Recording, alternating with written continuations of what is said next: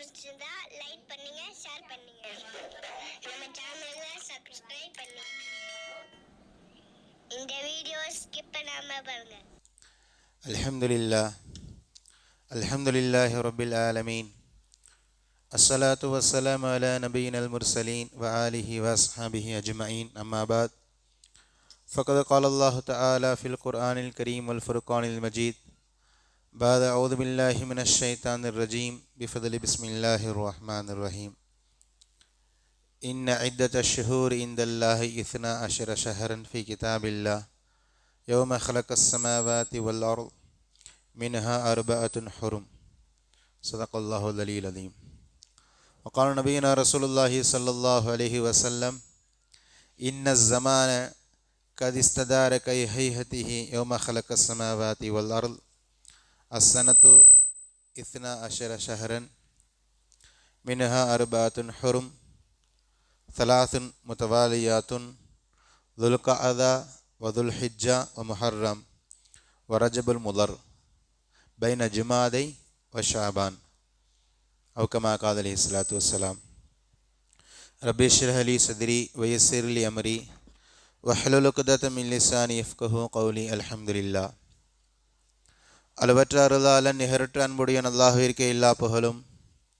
நம்முயிரிலும் மேலான நமது தலைவர் ஹதரத் ரசூலுல்லாஹி ஸல்லல்லாஹு அலைஹி வஸல்லம் அவர்கள் மீதும் அவர்களை பின்பற்றிய சத்திய சஹாபாக்கள், நாதாக்கள், ஷஹதாக்கள், முழு உலக முஸ்லிமான ஆண்கள், பெண்கள், குறிப்பாக இந்த ஜும்மாவுடைய அவையில் ஒன்று கூடியிருக்கின்ற நம் அனைவர் மீதும் ரப்புல் ஆலமீன் அல்லாஹு தாலாவுடைய சாந்தியும் சமாதானமும் என்றும் என்றென்றும் நின்று நிலவட்டுமாக.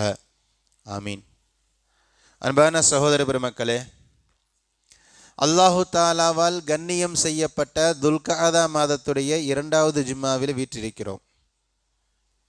நாம் வீற்றிருக்கின்ற இந்த மாதம் இருக்கிறதே துல்கஅதா, இந்த மாதத்தை ரப்புல் ஆலமீன் அல்லாஹ் கண்ணியப்படுத்தி இருக்கிறான், அல்லாஹ் சங்கைப்படுத்தி இருக்கிறான். குர்ஆனிலும் ஹதீஸிலும் இது சார்ந்த நிறைய தகவல்கள் இருக்கிறது.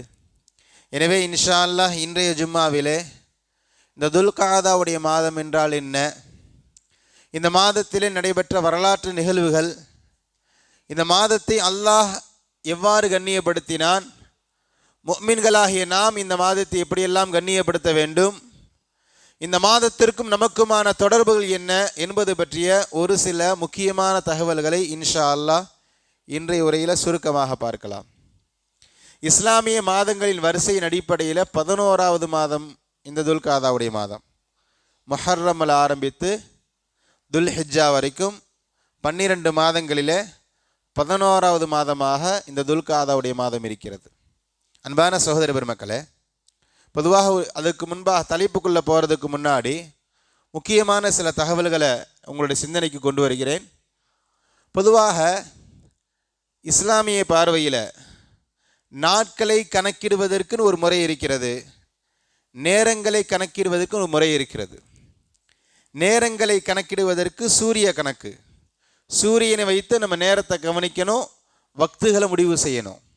உதாரணமாக ஃபஜர் எப்போ தொழுகணும், சூரியன் உதிப்பதற்கு முன்பாக, அங்கு சந்திரனுக்கு சம்பந்தம் இல்லை. லுஹர் எப்போ தொழுகணும், சூரியன் உச்சி சாய்ந்து 1 மணி நேரம் கழித்து. அசர் எப்போ தொழுகணும், சூரியன் உச்சி சாய்ந்து ஒரு மனிதருடைய நிழல் 2 அளவு வர வரைக்கும்.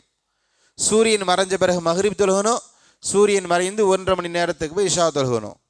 நேரங்களை பொறுத்த வரைக்கும் நம்ம சந்திரனை பார்க்க தேவையில்லை, சூரியனை தான் பார்க்கணும். இது இஸ்லாமிய கணக்கு. இன்றைக்கி வக்துகள்லாம் அந்த அடிப்படையில் தான் தீர்மானிக்கப்படுது. இந்த வக்துகள் போடப்படுது 5 வக்துகள். இந்த வக்துகள் எல்லாமே சூரியனுடைய ஓட்டத்தை வைத்து தான் ஃபஜருடைய நேரம், லுஹருடைய நேரம், அசருடைய நேரம்லாம் தீர்மானிக்கப்படுகிறது. இன்றைக்கி 5:20க்கு ஃபஜர் தொழுகிறோம், கடுமையான குளிர்காலங்களில் 6:10க்கு தொழுவோம் இல்லையா. இப்போ 5:34க்கு மக்ரிப் தொழுகிறோம். இதே மக்ரிப் தொழுகை சில நேரங்கள் 5:50க்கெல்லாம் தொழுது இருக்கும். 6 மணிக்கு முன்னாடி இஷா மக்ரிப் தொழுது இருக்கிறோம் இல்லையா. சில நேரங்கள் 7:35க்கு இஷா தொழுவோம், சில நேரங்களில் 8:20க்கு 8:30க்கு இஷா தொழுவோம். இந்த நேரங்களை எப்படி முடிவு செய்கிறதுன்னு சொன்னால் சூரிய ஓட்டத்தை வைத்து முடிவு செய்வது. ஓகேவா. இப்போ நாட்களுக்கு வந்துருங்க. நாட்களுக்கும் சூரியனுக்கும் சம்பந்தம் இல்லை. நேரங்களை பொறுத்த வரைக்கும் சூரியனை பார்க்கிற நாம மார்க்கம் சொல்லுகிறது. ஆனால் நாட்களை பொறுத்த வரைக்கும் சூரியனை பார்க்க முடியாது, அங்கே சந்திரனை பார்த்தாகணும். எஸ் அலூனக அனில் அஹில்லா சூர பக்ராவில் அல்லாஹு தஆலா சொல்லி காட்டுகிறான். சூரியன் சந்திரனை பற்றி நபியும் இடத்துல கேட்கிறாங்க. அது என்னப்பா சின்னதாவது பெருசாகுது திரும்ப குறையுது கூடுது, இதை பற்றி கேட்கிறாங்க. குல்ஹிய மவாக்கீத்துல் இன்னாஸ், அது தான் மனிதர்களுக்கு நாட்களை தீர்மானிப்பதற்காண்டி அல்லாஹ்வுடைய ஏற்பாடு என்று அல்லாஹு தஆலா சொல்கிறான் ரசூலுல்லாஹ் பார்த்து. இப்போ நாட்களை பொறுத்த வரைக்கும் நம்ம சூரியனை பார்க்க முடியாது, சந்திரனை தான் பார்க்கணும். இன்னைக்கு சந்திரனை தான் பார்க்கணும். அருமையான சகோதர பெருமக்களே, முதல் பிறை சந்திரனுடைய முதல் பிறை அந்த மாதத்துடைய முதல் நாள் ஒன்றொன்றாக கூடிக்கிட்டே போவோம். பிறை 14 அல்லது 15 சூரியன் சந்திரன் சந்திரன் முழுமையாக அடையும். அதற்கு பிறகு கொஞ்சம் கொஞ்சமாக கரையும். அதற்கு பிறகு அடுத்த பிற பிறக்கும், அடுத்த மாதம் பிறக்கும். நாட்களை பொறுத்த வரைக்கும் நம்ம சந்திரனை பார்க்கணும், நேரங்களை பொறுத்த வரைக்கும் நம்ம சூரியனை பார்க்கணும். இது பேஸ். இப்போ தலைப்புக்குள்ள வந்துடுவோம். அருமையான சகோதர பெருமக்களே, இஸ்லாமிய மாதங்களின் கணக்கு என்பது நமக்கு சந்திர கணக்கின் அடிப்படையில் தான் அமைக்கப்பட்டுள்ளது. அந்த அடிப்படையில் தான் இந்த முஹர்ரம், சஃபர், ரபியுல் அவ்வல், ரபியுல் ஆஹிர் என்ற இந்த 12 மாதங்கள் தீர்மானிக்கப்படுது. மாதங்களை பொறுத்த வரைக்கும் நம்ம ஜனவரி பிப்ரவரியை கணக்கு பண்ண முடியாது, கணக்கு பண்ணவும் கூடாது. நான் ஏன் இந்த செய்தியை சொல்கிறேன்னா, மாதங்களுடைய கணக்கு, பிறைகளுடைய கணக்கு அப்டேட்டில் இருக்கணும். ஒரு முஸ்லீம் அப்டேட்டில் இருக்கணும். நமக்கு 12 மாதங்களே தெரியலையே. முஹர்ரம்ல ஆரம்பித்து துல்ஹிஜ்ஜா வரைக்கும் 12 மாதங்களை நம்மள மனப்பாடம் எத்தனை பேர் செய்திருக்கிறோம்? நம்பர் 1. நம்பர் 2, சரி மனப்பாடம் செய்தாச்சு, நாம் இப்போ எந்த மாதத்தில் இருக்கிறோன்னு கேள்வி எழுப்பினா சரியான மாதங்களை நம்மள எத்தனை பேர் சொல்லுவோம்? ரமதானை சொல்லுவோம், நோன்பு வைக்கிறனால. ரமதான் அல்லாத மீதமுள்ள 11 மாதங்களில் எல்லாம் மாஷா அல்லாஹ் சில பேர் அறிந்திருக்கலாம், அறியாதவர்களை பற்றி இங்கே பேசப்படுது. நம்மள எத்தனை பேர் மாதங்களை அறிஞ்சு வச்சிருக்கிறோம்? 3வது, சரி மாதங்களை அறிந்தாச்சு, நாட்களை இது என்ன பிறை இதை எந்த அளவுக்கு அறிந்து வைத்திருக்கிறோம்? ஒரு கேள்வி எழலாம், இதையெல்லாம் நான் ஏன் தெரிஞ்சுக்கணும்? வாடகை கொடுக்கறது ஜனவரி பிப்ரவரி ஆங்கில கணக்கின் அடிப்படையில் தான் வாடகை கொடுக்குறேன். ஒருத்தருக்கு சம்பளம் போடுறதும் அப்படி தான் கொடுக்குறோம், ஆங்கில மாதத்தின் அடிப்படையில் தான் சம்பளமும் கொடுக்குறோம் இல்லையா? ஒரு பால் பில்லு, கரண்ட் பில்லு, நம்முடைய எல்லா கொடுக்கல் வாங்கலுமே சூரிய கணக்கின் அடிப்படையில் இருக்கிறது. அதனால் அதை நம்ம தெரிஞ்சு வச்சிருக்கிறோம். இன்னைக்கு மே மாதம் 9ஆம் தேதி 2025 அப்டேட்டில் இருக்கிறோம். நான் ஏன் இஸ்லாமிய மாதங்களை அரபி மாதங்களை தெரிந்து கொள்ளணும் என்ற கேள்வி சாதாரணமாக எழலாம். இது இயற்கை தான். நீங்கள் அரபு நாடுகளில் போய் பார்த்தீங்கன்னு சொன்னால் அங்கே ஆங்கில மாதத்தின் அடிப்படையில் சம்பளம் போட மாட்டாங்க. அங்கே அரபு கண்ட்ரீஸில் குறிப்பாக சவுதி அரேபியா போன்ற நாடுகள்லேருந்து சம்பாதிக்கக்கூடிய சம்பளம் போடுவதெல்லாம் பிறை கணக்கின் அடிப்படையில் தான் சம்பளம் போடுவாங்க. அருமையான சகோதரர், நமக்கு அது கணக்கு வழக்கே இல்லைங்கிறதுனால, பழக்க வழக்கத்தில் இல்லைங்கிறதுனால நாம ஏன் அதை தெரிஞ்சுக்கணும் என்ற கேள்வி எழலாம். அருமையான சகோதர பெருமக்களே, இந்த கேள்வியை யார் கேட்கலான்னு சொன்னால், யாருக்கு நியாயம் சொன்னால், பள்ளிக்கு வெளியில் இருக்கிறாங்க இல்லையா, முஸ்லீம் அல்லாதவர்கள், நான் முஸ்லீமும் இந்த கேள்வியை கேட்கலாம். முஸ்லீம்களாகிய நாம் இந்த கேள்வி கேட்கக்கூடாது. நமக்கு அது புலங்குறோமோ இல்லையோ, இந்த மாதங்களை தெரிந்து வைத்து கொள்ள வேண்டிய கட்டாயம் நமக்கு இருக்கு. அருமையான சகோதர பெருமக்களே, அதிகபட்சமாக இந்த நாளை நம்ம எங்கே திரும்ப பயன்படுத்துவோம்? கல்யாணத்தில் பத்திரிக்கை அடிக்கும் பொழுது பத்திரிக்கைக்கு டைம் கொடுக்குறோம் இல்லையா, அந்த பத்திரிக்கையை கூட இந்த மாதத்துக்கு கவனித்து நம்ம அடிக்கிறது இல்லை. ஷவால் மாதத்தில் நிற்க வைக்கலாங்க, ரபி லெவலில் நிற்க வைக்கலாம் இல்லையா, முஹர்ரமில் நிற்க வைக்கலாம் அப்படின்னு கணக்கு பண்ணுறதில்ல. இன்றைக்கும் அதுவும் ஆங்கில அடிப்படையில் தான் நோன்பு கல்யாணம் வைக்கிறோம். இன்றைக்கி காலம் ரொம்ப மாறிடுச்சு. இன்றைக்கி நம்ம எப்போ கல்யாணம் வைக்கணுன்றதை மண்டபக்காரன் ஃபிக்ஸ் பண்ணுறான். மண்டபம் முடிவு பண்ண தான் இன்றைக்கி நம்ம திருமணம் வைக்க முடியும். இன்றைக்கி அந்த சூழலில் போயிட்டோம். சரி, இப்போ நம்ம ஒரு கணக்கு பண்ணுறோம், மே மாதம் 25ஆம் தேதி கல்யாணம் வைக்கலாம், எல்லாம் முடிவாயிருச்சா? இப்போ பத்திரிக்கை அடிக்கணும். இப்போ காலண்டரை பார்ப்போம், மே மாதம் 25 என்ன மாதம் என்ன பிற, அதை அப்படியே போடுவோம். இதில் பத்திரிக்கையில் அடிப்போம், அவ்வளோதான். அங்கே தான் நமக்கு தேவைப்படுது. சரி, கல்யாணம் முடிஞ்சு 1 வருஷம் கழிச்சு திருமணம் முடிச்சு அதே மாப்பிள்ளைகிட்ட அதே பொண்ணுகிட்ட, அப்பா நீ கல்யாணம் பண்ணல அந்த டேட்டை சொல்லுன்னு சொன்னால், ஆங்கில மாதத்தை ஆங்கில நாட்களை சொல்ல முடியுமான அந்த மணமகனுக்கும் மணப்பெண்ணுக்கும் இஸ்லாமிய மாதங்கள் சொல்ல தெரியலையே. இப்போ ஏன் பத்திரிக்கையில் தான் என்னுடைய கல்யாண நாளை போட்டிருக்கோம். துல்ஹஜ் 5, துல்ஹஜ் 10, ஹிஜ்ரி 1435 விவரம் போட்டிருக்கோமா இல்லையா? அது நமக்கு சிந்தனையில் இல்லை. ஏன்னு சொன்னால், வெளிப்படையாக சொல்கிறேன், சம்பிரதாயத்துக்கு போட வேண்டியதாயிருது. விரும்பி போடுறதில்லை. இஸ்லாமிய பத்திரிக்கை என்னம்மா என்ன ஹிஜ்ரி போடலையா, இஸ்லாமிய மாதம் போடலையான்னு கேட்டுறக்கூடாதுன்றதுனால போடுறோமே தவிர, அது உளப்பூர்வமாக போட்டால் நமக்கு ஞாபகம் இருக்கும் இல்லையா. எனக்கு 1985 கல்யாணம் ஆச்சு, கல்யாணமாகி 35 வருஷம் ஆச்சு, பெருமையாக சொல்கிறோம் இல்லை. நான் என்னுடைய கல்யாணத்தில் கடுமையான மழை, என்னுடைய கல்யாணத்தில் அது நடந்துச்சு இது நடந்துச்சு எல்லாம் சொல்ல தெரியுதே. அதே பத்திரிகையில் தானேப்பா ஹிஜ்ரி மாதங்களை போட்டிருப்போம், ஹிஜ்ரி தேதிகளை போட்டிருப்போம். அதை சொல்லுங்க, தெரியலை. ஏன்னா அதை உளப்பூர்வமாக போடலை. கண்ணியமான சகோதர பெருமக்களே, நான் மீண்டும் மீண்டும் சொல்லக்கூடிய செய்தி என்னன்னு சொன்னால், இஸ்லாமிய மாதங்களை தெரிந்து வைத்து கொள்ள வேண்டிய கடமை நமக்கு இருக்கு. இபாதத்தோடு சம்பந்தப்பட்டது. நான் திரும்பவும் சொல்றேன், அது நமக்கு சம்பந்தம் இல்லைன்னு ஒதுங்கிடக்கூடாது. ஒரு ஹதீஸு பைஹிகி ஷெரீஃபில் 3853வது ஹதீஸ், இந்த ஹதீஸ் இருக்கு. ஜரீர் இப்னு அப்துல்லா ரலியல்லாஹு தஆலா அன்ஹு இந்த ஹதீஸ் அறிவிக்கிறாங்க. ஹதீஸில் பெருமான் என்ன பேசுகிறாங்க, சியாமு சலாசதி ஐயாமின் மின் குல்லி ஷஹரின், ஒவ்வொரு மாதமும் 3 நாள் நோன்பு நோற்பது சியாமி தஹரி, அது ஒரு வருஷம் நோன்பு நோற்றுவதற்கு சமம். நல்லா விளங்கிக்கோங்க, ஒவ்வொரு மாதமும் 3 நாள் நோன்பு நோற்பது என்பது ஒரு வருஷம் நோன்பு நோற்பதற்கு சமம் சொல்லிட்டு ரசூலுல்லாஹ் அது எந்த 3 நாள்னு தெளிவுபடுத்துகிறாங்க. சலாசு அஷரத்தை 13 பிறை 13, அருபாத்து அஷரத்தை 14, ஹம்சத்து அஷரத்தை 15, 13, 14, 15 இந்த 3 நாள் நோன்பு வச்சா அந்த வருடம் முழுவதும் நோன்பு நோற்றுவதற்கு சமம் என்பதாக பெருமானார் பேசுகிறாங்க. இப்போ கேள்வி, அந்த 13, 14, 15 எது? இப்போ மே மாதம் இன்னைக்கு பேர 9, இன்னைக்கு தேதி 9. இப்போ இந்த மாதம் மே மாதம் 13, 14, 15 நோன்பு வைக்கலாமா? இல்லை அடுத்த மாதம் ஜூன் மாதம் 13, 14, 15 நோன்பு வைக்கலாமா? இப்போ இந்த 13, 14, 15 ரசூலுல்லாஹ் சொன்னா எதை சொல்ல வராங்க? மே ஜூன் கிடையாது. இந்த இப்போ நம்ம இருக்கக்கூடிய துல்காதா மாதத்துடைய 13, 14, 15, அதை விட்டு அடுத்து வரக்கூடிய முஹர்ரம் மாதத்துடைய 13, 14, 15, அதை விட்டு அதுக்கு அடுத்து வரக்கூடிய சஃபர் மாதம் 13, 14, 15. இஸ்லாமிய மாதங்களுடைய பிறை 13, பிறை 14, பிறை 15 இந்த 3 நாள் நோன்பு வைத்தீங்கன்னு சொன்னால் வருடம் முழுவதும் நோன்பு நோற்றுவதற்கு சமம் அப்படின்னு ரசூலுல்லாஹ் பேசுகிறாங்க. அப்போ ரசூலுல்லாஹ் இங்கே என்ன தெரியுமா சொல்ல வராங்க? ரசூலுல்லாஹ் என்ன சொல்ல வராங்க தெரியுமா? இஸ்லாமிய மாதங்களை தெரிந்து வைத்துக் கொள்ள வேண்டிய பொறுப்பு நமக்கு இருக்கு. இப்போ இதில் இன்னொரு மலுப்பனால ஒரு பதில் சொல்லலாம். நம்ம தான் நோன்பே வைக்கிறது இல்லையே, தெரிஞ்சு என்ன ஃபாயிதா? நம்ம தான் பாயிண்ட்டும் பாயிண்ட் மாதிரி ரமதானில் வைக்கிறோம் நோன்பு. அடுத்து எப்போ வைக்கிறோங்க? அடுத்த ரமதான் தான். ஏதோ இந்த முஹர்ரமில் 10, 9, 10 எல்லாம் வைக்கிறாங்க, சரி வைப்போம். அரஃபாவில் கூட சில கருத்து வேறுபாடு. அங்கே தான் பெருநாள் வந்துருச்சு, இங்கே எப்படி நோன்பு வைக்கிறது? அரஃபா நோன்பு விடுறதுக்கே ஒரு குரூப் இருக்குது. அருமையான சகோதர பெருமக்களே, நம்ம நோன்பு வைக்கிறோம் வைக்கல, ரெண்டாவது குறைஞ்சபட்சம் இந்த மாதங்களை தெரிந்து வைத்துக் கொள்ள வேண்டுமா இல்லையா? நான் உங்களுக்கு நான் சொல்லக்கூடிய செய்தி புரியுதா? இஸ்லாமிய மாதங்களின் அடிப்படையில் நம்முடைய இபாதத் இருக்கு. இந்த இபாதத்துகள் எல்லாம் இஸ்லாமிய மாதங்களின் அடிப்படையில் இருக்கும் பொழுது அதை நம்ம தெரிந்து வைத்துக் கொள்ள வேண்டுமா இல்லையா? இத்தாவுடைய சட்டம், இதா நான் இறந்துட்டேன், என்னுடைய மனைவி இதா இருக்கணும். தெளிவாக விளங்கி கொள்ளுங்க. இந்த 40 நாள் இதான்றது யார் கண்டுபிடிச்சான்னு தெரியல. என்னுடைய உஸ்தாது இன்ன வரைக்கும் தேடிட்டு இருக்கவங்க பாரு.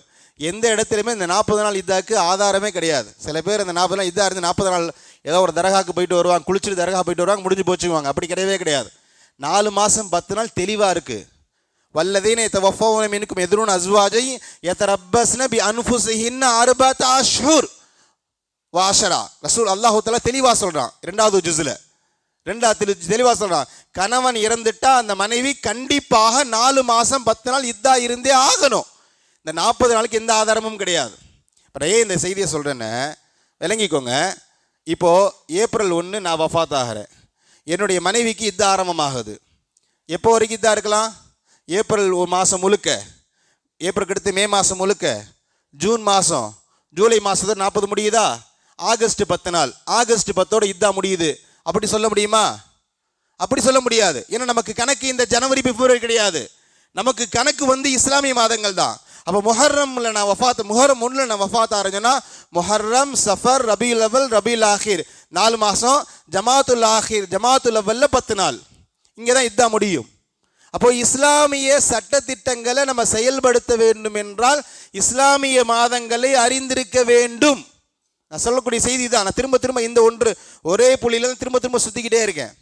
கடைசியாக இன்னொரு புரிதலுக்கு சொல்கிறேனே, ஜக்காத்துன்னு ஒரு சட்டம் இருக்குது. ஜக்காத் வருடத்துக்கு ஒரு முறை ஜக்காத்து கொடுக்கணும். இப்போ நான் ஒவ்வொரு வருஷமும் ஏப்ரல் 1 ஜக்காத்து கொடுக்குறேன். ஏப்ரல் 1 ஜக்காத்து கொடுக்குறேன். கடந்த வருஷம் ஏப்ரல் 1 ஜக்காத்து கொடுத்தேன், கணக்கு பார்த்தேன், ஜக்காத்து கொடுத்தேன். இப்போ அடுத்த வருஷம் ஏப்ரல் 1 ஜக்காத்து கொடுக்குறேன். ஜக்காத் சரியாக வருமா? சரியாக வராது.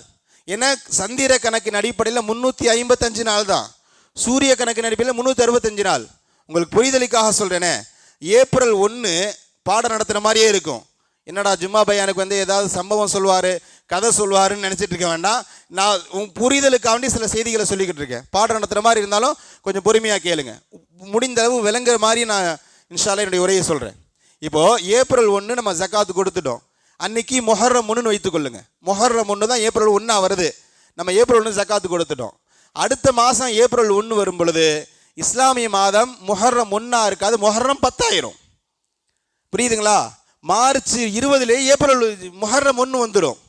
அப்போ இஸ்லாமிய மாதங்களின் அடிப்படையில் நீங்கள் ஆங்கில அடிப்படையில் நீங்கள் ஜக்காத்து கொடுக்க ஆரம்பிச்சிங்கன்னு சொன்னால் நீங்கள் ஒவ்வொரு வருஷமும் ஒரு வருஷம் 10 நாள், ஒரு வருஷம் 10 நாள் கழிச்சு தான் இடையில ஜக்காத்து கொடுக்குற மாதிரி ஆயிரும். அங்கே ஜக்காத்தே பிரச்சனை ஆயிரும், கேள்விக்குறி ஆயிரும். ஜக்காத்துங்கிறது இஸ்லாமிய அடிப்படையில் தான் ஜக்காத்து கொடுக்கணும். இப்போ இந்த செய்திகள்லாம் பாருங்கள், இது எல்லாமே ஒரே கோட்டில் வரும். இபாதத்துகள் என்பது சந்திர கணக்கின் அடிப்படையில் தான் தீர்மானிக்கப்படுகிறது என்பதனால நான் மீண்டும் பதிவு செய்கிறேன், சந்திர கணக்குகளை தெரிந்து வைத்து கொள்ள வேண்டிய பொறுப்பு ஒவ்வொரு அப்துல்லாக்களுக்கும் இருக்கிறது, ஒவ்வொரு அப்துல் ரஹ்மான்களுக்கும் இருக்கிறது. முஸ்லீம்களாகிய நம்மின் மீது கடமை. குறைஞ்சபட்சம் இந்த 12 மாதங்களை ஞாபகப்படுத்தணும், தெரிஞ்சு வைத்துக்கணும். மொஹர்ரமில் ஆரம்பித்தா துல்ஹஜ் வரைக்கும் 12 மாதங்களை தெரிஞ்சு வைக்கணும். நம்பர் 1. நம்பர் 2, நாம் இப்போ எந்த மாதத்தில் இருக்கிறோம் அதையும் தெரிந்து வைத்துக்கொள்ளணும். நம்பர் 3, நம்ம என்ன பிறையில் இருக்கிறோம். இன்னைக்கு துல்காதா பிறை 10 இல்லையா? மாதங்களை தெரிஞ்சிருக்கணும், பிறைகளை தெரிந்து வைத்துக் கொள்ள வேண்டும். கண்ணியமான சகோதரி பெருமக்கள், அடுத்தபடியாக இப்போ நம்ம துல்காதா சம்பந்தமாக பார்க்கும் பொழுது, இந்த துல்காதா மாதம் என்பது அல்லாஹ்வால் கண்ணியப்படுத்தப்பட்டுள்ளது. அல்லாஹ் கண்ணியப்படுத்தி இருக்கிறான். அருமையான சகோதரி பெருமக்களை, தௌபா என்ற அத்தியாயத்துடைய 36வது வசனத்தில் அல்லாஹ் தஆலா பேசுவான், இன்ன இதத ஷுஹூர் இந்தல்லாஹி 12 ஷஹ்ரன் ஃபி கிதாபில்லாஹி யௌம ஹலக்கஸ் ஸமாவாதி வல் அர்த் மின்ஹா அர்பாத்துன் ஹுரும். அல்லாஹு தாலாவுடைய ஏட்டில் வானம் பூமி படைக்கப்படும் பொழுது ஒரு வருஷத்துக்கு எத்தனை மாதம்னு அல்லாஹ் பிரிக்கும் பொழுது 12 மாதம்னு பிரிச்சுட்டான். அதில் 4 மாதங்கள் கண்ணியமானது. அதில் நீங்கள் உங்களுக்கு நீங்களே அநியாயம் இழுத்து கொள்ளாதீர்கள், இதுதான் தீர்க்கமான முடிவு, நீங்கள் இதில் அநியாயம் செய்து கொள்ளாதீர்கள் என்பதாக அல்லாஹு தாலா சொல்லி காட்டுகிறான். இந்த 4 மாதங்கள் எது என்பதாக இந்த வசனத்தில் இல்லை. இந்த வசனத்தில் 4 மாதங்கள் கண்ணியம் என்று தான் சொல்கிறான். இது எந்த வசனம், எந்த 4 மாதம்னு சொல்லலை. புகாரி ஷெரீஃபுடைய 3197வது ஹதீஸில் ரசூலுல்லாஹ் இந்த வசனத்துக்கு விளக்கம் கொடுக்குறாங்க. அஸ்ஸமானு கதிஸ்ததார கைஹதிஹி, காலம் என்பது முந்தைய காலத்துக்கு திரும்பி விட்டது. யௌம ஹலக்கஸ் ஸமாவாதி வல் அர்த், வானம் பூமி படைக்கப்பட்ட பொழுது மாதங்கள் எப்படி இருந்ததோ அப்படியே திரும்பி விட்டது. அஸ்ஸனத்து 12 ஷஹரன், வருஷத்துக்கு 12 மாதங்கள் தான். மின்ஹா அர்பாத்துன் ஹுரும், அதில் 4 மாதங்கள் கண்ணியமானது சொல்லிட்டு ரசூலுல்லாஹ் பேசுகிறாங்க. சலாசுன் முத்தவாலியாத்துன், அந்த 4ல் 3 மாதங்கள் தொடர்ந்து வரக்கூடியது. புரியுதா? அல்லாஹ் குர்ஆன்ல 12 மாதங்கள் வருஷத்துக்கு, அதில் 4 கண்ணியம்னு சொல்லிட்டான். ரசூலுல்லாஹ் அதுக்கு விளக்கம் கொடுக்குறாங்க. 4 மாதங்கள் கண்ணியமானது, அந்த 4ல் 3 தொடர்ந்து வரக்கூடியது. துல்காதா, துல்ஹிஜ்ஜா, முஹர்ரம். 11வது மாதமாகிய துல்காதா, 12வது மாதமாகிய துல்ஹிஜ்ஜா, முதல் மாதமாகிய முஹர்ரம். இன்னொரு மாதம் எது? இன்னொரு மாதம் பெருமானார் பேசுகிறாங்க, ரஜபுல் முதர் பைன ஜுமாதை வ ஷாபான், ஜமாதுல் ஆஹிருக்கும் ஷாபானுக்கும் இடையில் வரக்கூடிய ரஜபு மாதம் என்பதாக. இன்னைக்கு மேராஜ் கொண்டாடுறோம் இல்லையா?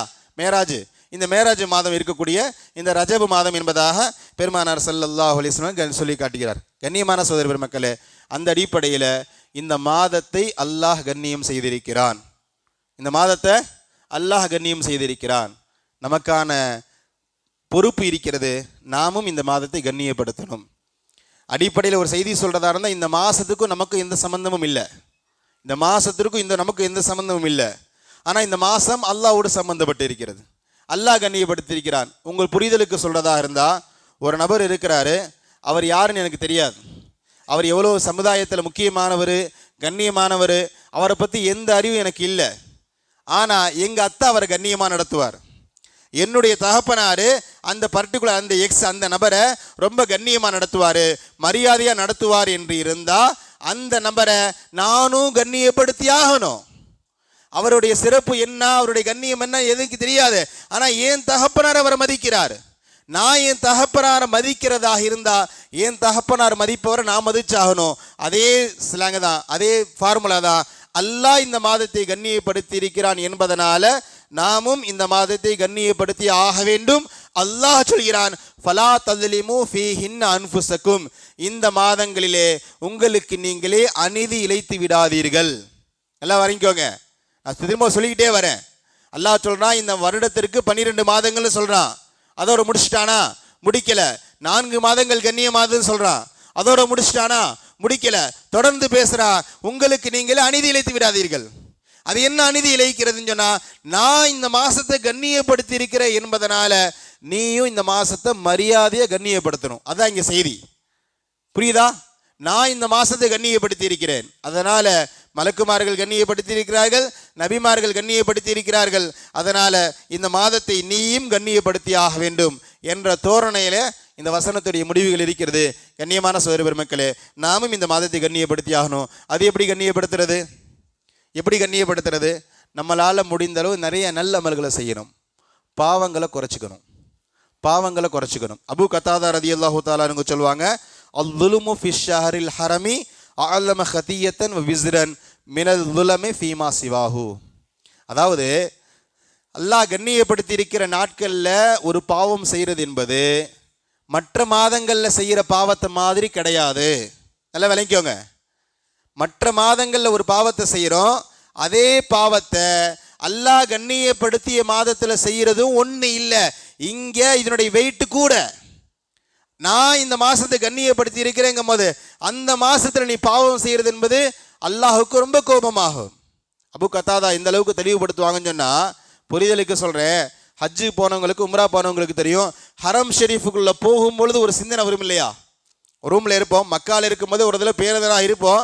ஆனாலும் ரூமில் இருந்து முடிச்சுட்டு பள்ளிக்குள்ளே நுழையும் போது ஹரம் ஷெரீஃபுக்குள்ளே நுழையும் பொழுது ஒரு எண்ணம் வரும். அப்போ ஹரம் ஷெரீஃபில் வந்துட்டோம், இப்போ ரொம்ப கவனமாக இருக்கணும், இப்போ ரொம்ப போய் தேவையில்லாத விஷயங்களை தலையிடக்கூடாது, ரொம்ப கண்ணியமாக இருக்கணும். ஹரம் ஷெரீஃபில் யார்ட்டையா நம்ம சண்டை போடுவோமா? பொதுவாகவே உம்ரா போகும்போதே படித்து சொல்லுவாங்க, நம்ம போகிறது டூரிஸ்ட் கிடையாது, முடிந்தளவு கண்ணியமான நகரங்கள், கண்ணியமான இடங்கள், கண்ணியமாக நடந்துக்கணும்ன்ட்டு. ஆனாலும் ரூமில் ஒரு மாதிரி கொஞ்சம் ஃப்ரீயாக இருந்தாலும் ஹரம் ஷெரீஃபில் காபத்துல்லா முன்னாடி யார்ட்டையா சண்டை போடுவோமா? அங்கே யாரையாவது திட்டுவோமா? அங்கே ஏதாவது ஒரு பாவம் பண்ணுவோமா? கீழே ஒரு பொருள் கிடைக்குது ஏதாவது திருடுவோமா? ரொம்ப கண்ணியமாக இருப்போம், ஏன்னா அந்த இடம் கண்ணியமானதுன்ட்டு. அபு கத்தாதா சொல்கிறாங்க, இந்த மைண்ட் செட் உனக்கு இந்த மாதத்தில் வரணும். துல்காதாவுடைய பிறக்கும் பொழுதே அப்பா இந்த மாசத்தை அல்லாஹ் கண்ணியப்படுத்தி இருக்கிறான், இதுக்கு அடுத்து துல் ஹஜ் அல்லாஹ் கண்ணியப்படுத்தி இருக்கிறான், அதுக்கு அடுத்து முஹர்ரம் கண்ணியப்படுத்தி இருக்கிறான், நான் இந்த மாசத்தை கண்ணியப்படுத்துவேன், அதனால இந்த மாசத்துல ரொம்ப பேணுதலாக இருப்பேன். இனி நான் இதுக்கு முன்னாடி செய்த பாவங்கள், சின்ன சின்ன தவறுகளை நான் செய்ய மாட்டேன், ரொம்ப கவனமாக இருப்பேன், என்னால் முடிந்த இந்த மாதங்களில் ஏதாவது அமல்களை செய்வேன் என்ற மனநிலை அருமையான சகோதர பெருமக்களே இந்த மாதங்கள் வரும்பொழுது இருக்கணும் என்பதாக சொல்லி காட்டுவார்கள். அருமையான இதில் பேருங்க பேருக்கு இந்த மாதத்துக்கு பேர் துல் காதா. அசல்ல காதான உட்காருதல்னு அர்த்தம். நம்ம ருக்குக்கு எந்திரிச்சு ருக்குலேருந்து சஜிதாக்கு இடையில உட்கார்றோம் இல்லையா? சஜிதா 2 சஜிதாக்கு இடையில உட்கார்றதா இருக்கட்டும், அல்லது கடைசி இருப்பில் உட்கார்றதா இருக்கும், அத்தியாத்து ஓதுறதுக்காக உட்கார்றோம் இல்லையா? இந்த இருப்புன்னு சொல்லுவோம் தமிழில், இதுக்கு பேர் அரபியில் காதான்னு சொல்லுவாங்க. காதான் சொன்னால் உட்காருதல்னு அர்த்தம். இந்த மாதத்துக்கு ஏன் காதான் பேர் வச்சாங்க, உட்காருதல்னு பேர் வச்சாங்கன்னு சொன்னால் கிதாபுகள் எழுதுறாங்க. இதே அபு கத்தாதா ரலியல்லாஹு தஆலா அன்ஹு ரஹ்மத்துல்லாஹி அலைஹி அவர்கள் சொல்றாங்க, ரலியல்லாஹு தஆலா அன்ஹு சொல்றாங்க, லி அன்னல் அரப யக்உதுன ஃபீஹி அனில் கிதாலி தஅலீமன் லஹு. வருஷம் பூரா சண்டை போடுறவன் அரபுகள், அவன் இந்த மாசத்துக்கு சண்டை போட மாட்டான். இந்த மாசத்தை கண்ணியப்படுத்தணும் என்பதனால, இந்த மாசத்தை சங்கப்படுத்தணும் என்பதனால நம்ம பள்ளிவாசலில் சண்டை போடுவோமா? பள்ளிவாசலில் 2 பேர் சண்டை போட்டாலும் கோவப்படுவோம். பள்ளியில் போய் சண்டை போட, வெளியே போய் சண்டை போடுவாங்குவோம். பள்ளியில் போய் என்னப்பா பள்ளிக்குன்னு மரியாதை இருக்கு, இங்கேயெல்லாம் சண்டை போடலாமா, அறிவு இல்லையான்னு கேட்போம், ஏன்னா இந்த இடம் கண்ணியமானதுன்ட்டு. அருமையான சகோதர பெருமக்களே, அரபுகள் ஆக மோசமாக நடந்த, மிருகங்களை விட கேவலமாக நடந்த அரபுகள் ஐயாமுல் ஜாஹிலியாவில் கூட இந்த மாதம் வந்துட்டா சண்டை போட்டுக்கிட்டே இருக்கிறவன் சண்டையை நிறுத்திடுவான், போர் நிறுத்த மாதிரி சண்டையை நிறுத்திடுவான். அப்போ இந்த மாதம் கண்ணியமானது, இந்த மாதத்தில் ரொம்ப கண்ணியமாக இருக்கணும், நம்ம சண்டை போடக்கூடாதுன்னு சொல்லி சண்டையை நிறுத்தி விடுவார்கள். எக்குதுன்னு சொன்னால் போருக்கு போகாமல் ஊர்லேயே அமர்ந்து கொள்வார்கள் என்பதாக இந்த மாதத்திற்கு இந்த பெயர் வைத்ததாக சொல்லப்படுகிறது. பொதுவாக அந்த அரபுகளை பொறுத்த வரைக்கும் சண்டைங்கிறது அவனுக்கு அல்வா சாப்பிட்ற மாதிரி. நம்மள சில பேர் இருக்கிறாங்க, ஏதாவது 4 பேர் கூட்டம் பார்த்துட்டா சண்டை போடுவாங்க. கல்யாணம்னா சண்டை, மவுத்து விடுன சண்டை, காது குத்துன சண்டை, சண்டை போடுறது சில பேருக்கு நல்ல ஹாபியாக இருக்கும். அது மாதிரி அரபுகள் அவன் மவுத் ஆகும்போது வசிய செய்வான். அப்பங்காரன் மவுத் ஆகும்போது மகனுக்கு வசிய செய்வான், அப்பா இவருக்கும் நமக்கும் ரொம்ப காலமாக சண்டை, நான் சண்டையை விடாமல் இருக்கேன், எங்கத்தான் மவுத் ஆகும்போது எனக்கு வசியம் செஞ்சாரு, இவன் கூட சேர்ந்துராத, சண்டை போடுண்டு, நான் உனக்கு வசியம் செய்கிறேன், நீ வந்துட்ட சேர்ந்துராத. அது மட்டும் இல்லை, நீ சாகும் பொழுது ஓ மகனுக்கு நீ வசிய செய்யணும், இவங்கிட்ட நீ சண்டையை நீ வந்துட்டு சமாதானமாயிராத, சண்டை போட்டுக்கிட்டே இருந்து எப்படிலாம் வசியம் செஞ்சுருக்கிறாங்க பார். என் தகப்பன் எனக்கு, நான் என் பிள்ளைக்கு, என் பிள்ளை அவன் பிள்ளைக்கு, இப்படி வசிய காலங்காலமாக சண்டை போடுறது மட்டுமே ஒரு தொழிலாக வைத்திருந்தவர்கள் அரபுகள். அந்த அரபுகள் இந்த மாதத்தை கண்ணியப்படுத்துறதுக்காக சண்டை போட மாட்டாங்க. அதனால் இந்த மாதத்துக்கு துல்காதா, சண்டையிடாமல் அமர்ந்து கொள்ளுகின்றது என்பதாக இந்த மாதத்துக்கு பெயர் வைத்ததாக சொல்லப்படுகிறது. கண்ணியமான சகோதர பெருமக்களே, இந்த மாதம் சம்பந்தமான சில அமல்கள் இருக்கிறது. நான் வரலாற்றின் ஆரம்பத்தில் சொன்ன இந்த மாதத்தை பற்றியும் படிக்கணும், இந்த மாதத்தில் நடந்த சில வரலாற்று நிகழ்வுகளை படிக்கணும். ரொம்ப ரொம்ப முக்கியமான ஒரு அமல் சொன்னால் இந்த மாதத்தில் உம்ரா செய்வது. ரசூலுல்லாஹ் விரும்பி அமல் செஞ்சுருக்கிறாங்க. உம்ராவிற்கான மாதமாகவே இந்த மாதம் இருக்கிறது. இப்னு மாஜாவுடைய 2997வது ஹதீஸ், ஹஸரத் ஆயிஷா ரலியல்லாஹு தஆலா அறிவிக்கிறாங்க, லம் யஅ்தமின் நபி ஸல்லல்லாஹு அலைஹி வஸல்லம் இல்லா ஃபீ தில்காதா. நபி ஸல்லல்லாஹு அலைஹி வஸல்லம் அவர்கள் துல்காதா அல்லாத வேறு மாதங்களில் உம்ரா செய்தது கிடையாது. ரசூலுல்லாஹ் உம்ரா செஞ்ச ஒரே மாதம் துல்காதா மாதம் மட்டும்தான். 4 உம்ரா ரசூலுல்லாஹ் செஞ்சுருக்கிறாங்க, 4மே துல்காதாவில் தான் செஞ்சுருக்கிறாங்க. புகாரி ஷெரீஃபுடைய 4148வது ஹதீஸ், அனஸ் இப்னு மாலிக் ரலியல்லாஹு தஆலா அன்ஹு இந்த மேலே சொன்ன அந்த ஆயிஷா அம்மாவுடைய ரிவாயத்தை கொஞ்சம் டீட்டெயிலாக சொல்கிறாங்க. என்ன சொல்கிறாங்க? இந்த நபி ஸல்லல்லாஹு அலைஹி வஸல்லம் இஅ்தமர அர்பா உமரின், நபி ஸல்லல்லாஹு அலைஹி வஸல்லம் 4 உம்ரா செய்திருக்கிறார்கள். குல்லுஹுன்ன ஃபீ தில்காதா. ரசூலுல்லாஹ் வாழ்நாளில் செஞ்ச 4 உம்ராவுமே துல்காதாவில் தான் செஞ்சுருக்கிறாங்க, வேறு மாதங்களை செய்யலை. உம்ரத்துல் ஹுதைபியா ஃபீ தில்காதா, ஹுதைபியாவுடைய ஒப்பந்தம் நடைபெற்றது அது துல்காதால தான். இந்த ஹுதைபியோட ஒப்பந்தம் நமக்கு தெரியும். ஹிஜ்ரி 6ல் நபி ஸல்லல்லாஹு அலைஹி வஸல்லம் அவர்கள் ஒரு 1400 சஹாபாக்களோடு மக்காவுக்கு உம்ரா செய்யலான்னு வந்தாங்க. மக்காவுக்கு வெளியில் ஹுதைபியா என்ற இடத்துல மக்காவாசிகளால் தடுத்து நிறுத்தப்பட்டாங்க. அங்கே ஒரு ஒப்பந்தம் நடந்துச்சு. அந்த ஒப்பந்தத்துக்கு பேர் ஹுதைபியா, முழுக்க இஸ்லாத்துக்கு எதிரான ஒப்பந்தம். அந்த ஒப்பந்தத்தில் என்ன பேசப்பட்டதுன்னா, நீங்கள் இந்த வருஷம் உம்ரா செய்ய முடியாது, நீங்கள் ஊருக்கு திரும்பி போயிருங்க, அடுத்த வருஷம் வந்து நீங்கள் உம்ரா செய்யலாம், வாள் இல்லாமல் ஆயுதங்கள் இல்லாமல் வரணும், மக்காவில் 3 நாள் தான் தங்கணும், இந்த அடுத்த வருஷம் உம்ரா செய்து கொள்ளலாம், இந்த வருஷம் உம்ரா செய்யக்கூடாதுன்னு ஒரு சில ஷரத்துக்களை எழுதுகிறாங்க. அங்கே ஒரு ஒப்பந்தம் போடப்பட்டது. இந்த சம்பவம் நடந்தது துல்காதா மாதத்தில். ஹிஜ்ரி 6ல் துல்காதா மாதத்தில் தான் ரசூலுல்லாஹ் உம்ரா செய்ய போனாங்க. தடுத்து நிறுத்தப்பட்டு திரும்ப மதீனாவுக்கு அனுப்பப்பட்டாங்க. அங்கே உம்ரா செய்யலை என்று இருந்தாலும் அந்த உம்ராவுக்காண்டி ரசூலுல்லாஹ் இஹ்ராம் கட்டியது இந்த துல்காதாவுடைய மாதம். அடுத்தபடியாக உம்ரத்து மினல் ஆமில் முக்பிலி, அடுத்த வருஷம் உம்ரா செய்யலான்னு ஒப்பந்தம் போடப்பட்டுச்சு இல்லையா? ஹிஜ்ரி 6ல் தடுத்து நிறுத்தப்பட்டாங்க, ஊருக்கு மதீனாவுக்கு திரும்பிட்டாங்க. அடுத்த வருஷம் உம்ரா செய்யறதுக்கு அனுமதி கொடுத்தாங்க. அடுத்த வருஷம் ரசூலுல்லாஹ் உம்ரா செஞ்சாங்க இல்லையா? அதுவும் ரசூலுல்லாஹ் இந்த மாசத்துல தான் பண்ணாங்க, வேற மாசத்துல செய்யலை. நம்பர் 2. நம்பர் 3, 3வது ரசூலுல்லாஹ் உம்ரா செஞ்சாங்க. உம்ரத்தும் மின் ஜுரானா ஹீன கஸம கனாயிம ஹுனைன். மக்கா வெற்றிக்கு பிறகு ஹுனைன் ஒரு போர் நடந்துச்சு, ரொம்ப பெரிய போர். முஸ்லீம்களுக்கு ஏராளமான கிட்டத்தட்ட லட்சக்கணக்கான ஆடு மாடுகள் ஒட்டகங்கள் எல்லாம் கனிமத்தாக கிடைச்சது, பெரிய போர். அந்த ஹுனைன் போர் ரசூலுல்லாஹ் முடிஞ்ச பிறகு ஜோரானான்ற இடத்துல தான் ரசூலுல்லாஹ் அந்த ஹுனைன் அந்த கனிமத் பொருட்களை, போர் செல்வங்களை பங்கிட்டு கொடுத்தாங்க. அந்த ஜோரானா தான் இன்னைக்கு படா உம்ரான்னு சொல்லுவோம். அங்கே ரசூலுல்லாஹ் இஹ்ராம் கட்டிட்டு ஒரு உம்ரா செஞ்சாங்க. அந்த மாதமும் துல்காதாவுடைய மாதத்தில் தான். இன்றைக்கி பார்க்கலாம், உம்ரா போகும்போது 5 உம்ரா ஃப்ரீ, 4 உம்ரா ஃப்ரீன்னு போடுவாங்க இல்லையா? இதெல்லாம் அந்த இதுதான் ஜோரானான்ற இடத்துல படா உம்ரான்னு சொல்லுவாங்க, படே உம்ரான்னு சொல்லுவாங்க. மக்காலேருந்து கிட்டத்தட்ட ஒரு 30 கிலோமீட்டருக்கு தொலைவில் ஜோரானாவோட இடம் இருக்குது. அங்கே போய் தொழுதுட்டு ஏஹராம் கட்டிட்டு ஹாஜிகள் உம்ரா செய்வாங்க, ஒரு ஏஹராம் கட்டி உம்ரா செய்வாங்க. ரசூலுல்லாஹ் அங்கே ஒரு ஏஹராம் கட்டி உம்ரா செஞ்சுருக்கிறாங்க, ஒரு 3வது உம்ரா. அந்த உம்ரா ரசூலுல்லாஹி ஸல்லல்லாஹு அலைஹி வஸல்லம் இதே மாதமாகிய துல்காதாவில் செய்திருக்கிறார்கள். 4வதாக உம்ரத்து மா ஹஜ்ஜிஹி, நபி ஸல்லல்லாஹு அலைஹி வஸல்லம் அவர்கள் ஹிஜ்ரி 10ல் ஹஜ்ஜு செஞ்சாங்க இல்லையா? அப்போ ஒரு உம்ரா செஞ்சாங்க. அந்த உம்ராவும் இதே துல்காதா மாதத்தில் தான் செஞ்சாங்க. ரசூலுல்லாஹ் வாழ்நாளில் 4 உம்ராக்கள் செய்தார்கள். 4மே இதே துல்காதா மாதத்தில் தான் பெருமானார் ஸல்லல்லாஹு அலைஹி வஸல்லம் செய்தார்கள் என்பதாக பெருமானாரை பற்றி சொல்லப்படுகிறது. சஹாபாக்களுக்கு மத்தியில் சில கருத்து வேறுபாடுகள். உம்ராவில் சிறந்த உம்ரா எது? ரமதான் மாதம் செய்கின்ற உம்ராவா இல்லது துல்காதா மாதத்தில் செய்கின்ற உம்ராவா? சில பேர் சொல்கிறாங்க ரமதான் மாதத்தில் செய்கிற உம்ராவுக்கு தான் சிறப்பு அதிகம். இன்றைக்கும் பார்க்கலாம், இன்றைக்கி ரமதான் மாதம்லாம் மக்கா வந்து ஹஜ்ஜை விட பயங்கரமாக இருக்குது, அவ்வளோ கூட்டமாக இருக்கும். நம்முடைய மஹல்லாலேருந்து நிறைய பேர் ரமதான் மாதம் ஹஜ் உம்ரா செய்வாங்க. காரணம் என்னன்னா ரசூலுல்லாஹ்வுடைய ஹதீஸ், இப்னு ஹிப்பான் ஹதீஸ் 3699வது ஹதீஸாக இந்த ஹதீஸ் படிக்கப்படுகிறது. பெருமானார் பேசுகிறாங்க, இன்ன உம்ரத ஃபி ரமதான் தாதிலு ஹஜ்ஜத்தன் மஇ. ரசூலுல்லாஹ் ஒரு இடத்துல சொல்கிறாங்க, ரமதான் மாதம் யார் உம்ரா செய்வாங்களோ அவங்க ஏன் கூட ஹஜ்ஜு செஞ்சதுக்கு சமம்னு சொல்கிறாங்க. செஞ்சது உம்ரா தான், ஆனால் ரமதான் மாதம் யாராவது உம்ரா செஞ்சா ஏன் கூட ஹஜ்ஜு செஞ்சா எந்த நன்மையோ அந்த நன்மை கிடைக்கும்னு ரசூலுல்லாஹ் பேசுகிறாங்க. அதனால் ரமதான் மாதம் செய்கின்ற உம்ரா தான் சிறப்புன்னு என்பதாக சிலர் சொல்கிறாங்க. இல்லை இல்லை, ரமதானுடைய உம்ராவை விட துல்காதாவுடைய உம்ரா தான் சிறப்பு. காரணம், அதனால தான் ரசூலுல்லாஹ் அந்த 4 உம்ராவையும் துல்காதாவில் செஞ்சாங்க. ரமதானுடைய உம்ராவை ரசூலுல்லாஹ் எவ்வளவு சிறப்புப்படுத்தி பேசியிருந்தாலும் ஒரு உம்ரா கூட ரசூலுல்லாஹ் ரமதானில் செய்யலையே. ரசூலுல்லாஹ் செஞ்ச 4 உம்ராவுமே துல்காதால தான் செய்திருக்கிறாங்க. அதனால் துல்காதால செய்யக்கூடிய உம்ரா தான் சிறப்பானது என்பதாக சஹாபாக்கள் சொல்கிறார்கள். கண்ணியமான பெருமக்களே, இந்த மாதம் ரசூலுல்லாஹ் உம்ரா செய்திருக்கிறார்கள். இன்னைக்கு ஹஜ்ஜிகள் பெரும்பாலும் இந்த துல்காதால கிளம்பிடுவாங்க. ஹஜ்ஜி செய்யக்கூடிய 99% எல்லோருக்கும் துல்காதால உம்ரா செய்யக்கூடிய வாய்ப்பு கிடைச்சிடும். ஒன்று. அடுத்தபடியாக இந்த மாதம் சம்பந்தமாக சொல்லப்படுகிறது, காபத்துல்லாவை கட்டுவதற்காக வேண்டி ஹசரத் இப்ராஹிம் ஹசரத் இஸ்மாயில் சேர்ந்து வேலையை ஆரம்பிச்சாங்க இல்லையா, இது துல்காதாவுடைய மாதம். அல்லாஹு தாலா இப்ராஹிம் அலைஹிஸ்ஸலாத்து வஸ்ஸலாம் கட்டளை இட்டா நீங்க காபத்துல்லாவை கட்டுங்கண்டு. அந்த இடத்துல ரசூலுல்லாஹி இப்ராஹிமும் இஸ்மாயிலும் காபத்துல்லாவை கட்டுவதற்காண்டி வேலையை ஆரம்பிச்சு முதல் கல்லை வச்சு வேலையை ஆரம்பிச்சது இது துல்காதாவுடைய மாதம். அது மூசா அலைஹிஸ்ஸலாத்து வஸ்ஸலாம் அவர்களுக்கு அல்லாஹு தாலா தௌராத்தை வழங்கினா.